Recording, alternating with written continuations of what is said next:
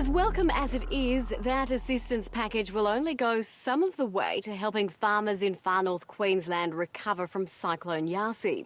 Their crops have been flattened, their income slashed and their homes extensively damaged again. The Category 5 superstorm struck as many were just coming good after Cyclone Larry 5 years ago. For some, the financial and psychological impact of not one but two cyclones in close proximity will prove too much to bear. For others, rebuilding is the only thing on their minds. Tropical Cyclone Larry crossed the coast about, the eye of it crossed the coast about 40 minutes ago. Everything's snapping at half. In March 2006, Cyclone Larry, Australia's worst cyclone in a century, made landfall at Innisfail, causing $1.5 billion in damage and killing one person.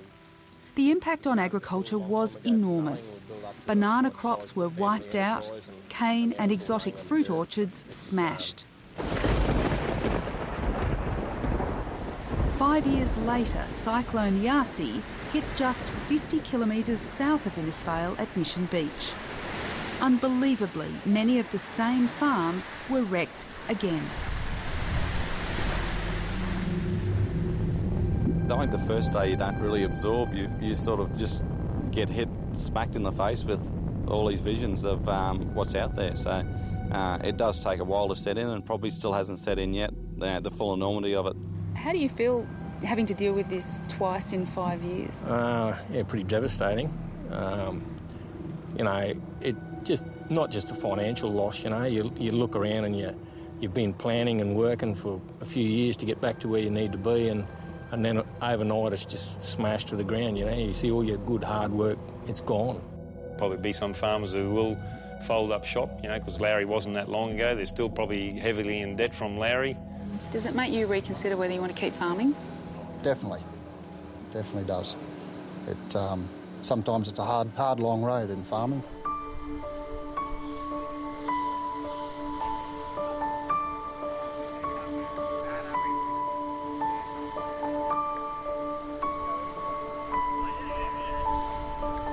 Cameron Mackay is a third-generation banana grower based in Tully. His family's weathered cyclones Winifred, Larry and now Yasi. Traditionally, they're about 20 to 30 years apart where these cyclones come in, and normally not two major cyclones together 5 years apart. With 6 farms turning out 2.2 million cases a year, the Mackays are Australia's biggest banana growers. This was their plantation before Yasi. This is after. We've taken the full brunt of the hit, so we've virtually had 100% of our crop destroyed. We have just over 1,000 hectares of bananas, so over 1.5 million trees have been flattened. I won't try and sugarcoat that, it's very tough to take a hit like that on a business, but we're a very strong family business and very resilient and very determined as well to make sure that we get back in production and back to where we were prior to the cyclone.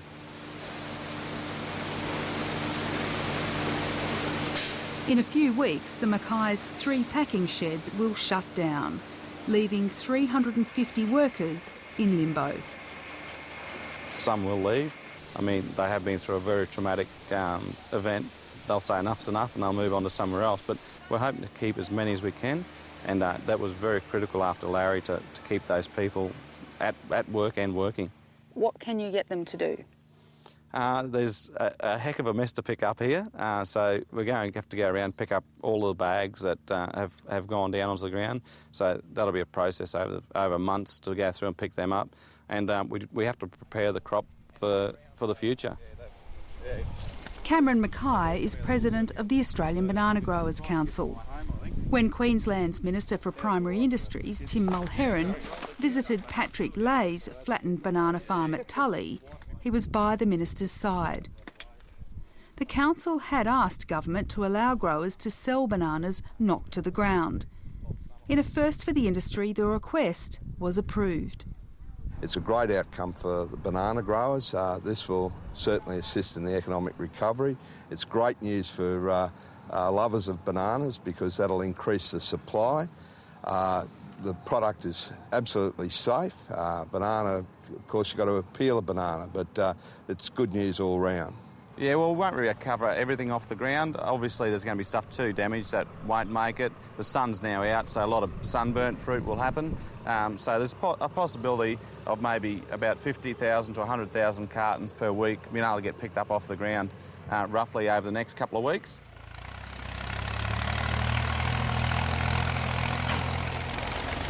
Within days of the cyclone, banana prices tripled, so the salvaged bananas will be sold into an inflated market. That's some consolation for Patrick Lay, who had a complete crop wipeout courtesy of both Larry and Yasi. And that money that we get back from that, we've got to try and survive on that for the next 7 months, you know, so it's very critical that we do get some of it back. While Yasi's impact on growers is immense, its impact on the industry is just as profound. We think we've got about 75% of Australia's production knocked out, so there'll be about 25% production being sent to market for approximately 4 months. You're looking around 7 months for full recovery, but a lot of growers took action before the cyclone came and chopped a lot of leaves off some trees to actually get them to stand up in the cyclone, and that was successful. Cyclone Larry exposed the vulnerability of concentrating so much production in a relatively small strip of North Queensland. In the 5 years since, some growers set up elsewhere to spread their risk. Others thought they had years to plan a similar move. There is going to be geographic spread, it'll have to happen, and that will ensure that if one of these storms do come through again, we won't be taking the hit that we are at the moment. For the Regato family, having 2 farms 200 kilometres apart has paid off. Tully's been wiped out by the cyclone. Mareeba is still standing, so that's a plus. Now, with our Mareeba farm, we can, I suppose, cash in to a degree and get the company back into production as soon as possible. When Larry hit 5 years ago, Les Glenner's Tully-based trucking business revolved around bananas. Back then, he told Landline, he went from 120 semi-loads of bananas a week to 8 and had to borrow to survive.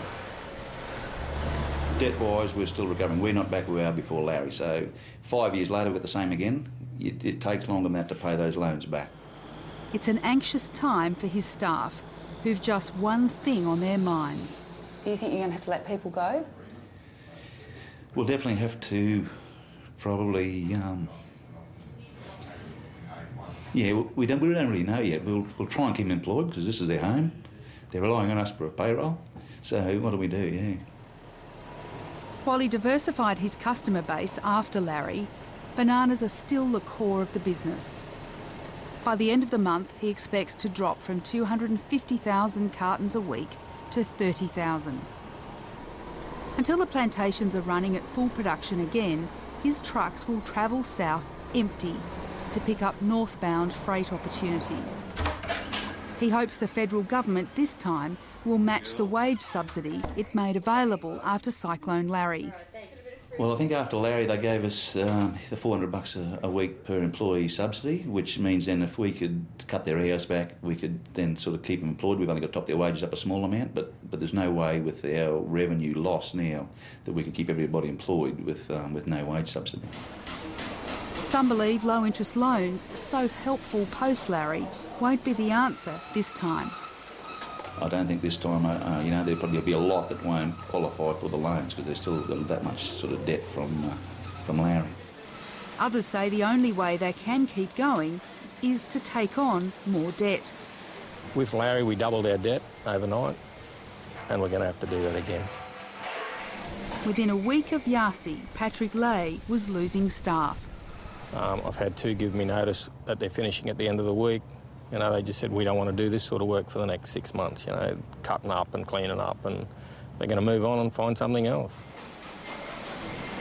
And they're probably not the only ones. We had growers exit the industry after Cyclone Larry, I think there was about 500 hectares of bananas went out of production after Larry, completely out of production. And I'd say it'll happen again this time. To what level, it's too early to tell. It's inevitable that after Yasi there will be some that will say, well, enough's enough. But I think banana growers are a fairly tough mob in North Queensland, and the core group that we've got is very solid, so I hope that as many growers as possible stay in.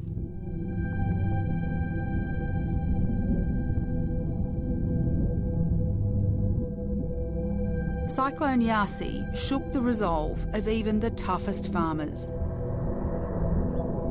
Larry was sea breeze compared to Yasi for us. We were smack in the middle of it here. Pretty intense, pretty scary. First time in my life I've actually been frightened. Been through a few cyclones and quite a few big floods, never worried me, but this one certainly did. Tully cane grower Mario Raccanello says despite Yasi beating up his farm, he has no intention of leaving. I farmed here all my entire life. To pack up and go somewhere else and start new and a different adventure. It doesn't matter what area you go to, everyone's got their heartaches on the land. He lost 20% of his cane to Larry, probably more this time. There's a lot lodged on the ground from the first wind, direction of the wind, then we went through the eye. In the second direction, what didn't get blown over virtually got snapped off and some got pushed back the other way. What was it like the first few days as you absorbed what it had done to your farm? Walked around dumbfounded, just couldn't quite comprehend. Still can't comprehend what to do or where do we turn.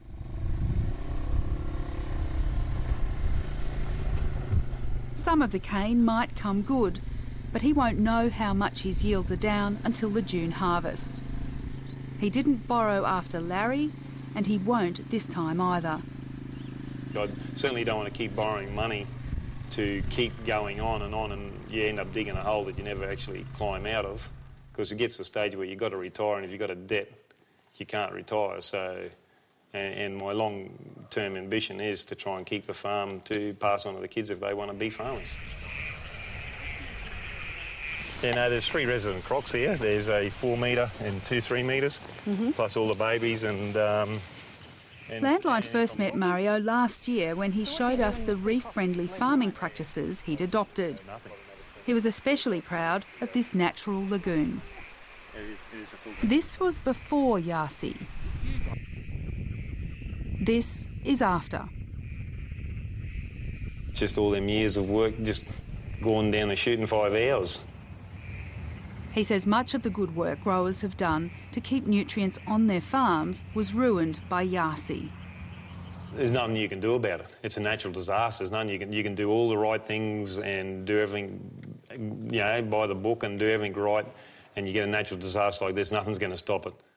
Variety, looking at this at a quick estimate, it's probably 80 to 90% snap. He told cane growers boss Steve Greenwood it will take 2 to 3 years to recover. Early estimates of losses today would be at least 50%. And given that Tully normally, in a good season, supplies about 2 million tonne of sugar, right, all the way, you know, we're down to at least 1 million tonne. And the more we talk to the growers and the more we actually have a look on the ground, it could be less than that. A massive and expensive replanting program is already being planned, but it's going to take time. The nature of the plant cane is that it actually goes into shock. It struggles the next 2 seasons. It takes about 3 years before it's up and we get a full strength harvest again. All we can declare. So the next stage is what we call category C and D. I am very worried about the future for the industry. I think there is a lot of concerns coming out about a lot of the farmers.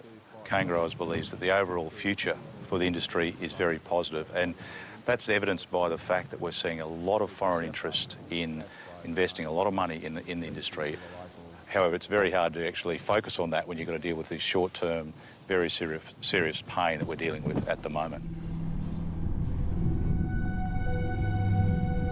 From farms to mills to the cane railway system, Yasi didn't spare much of the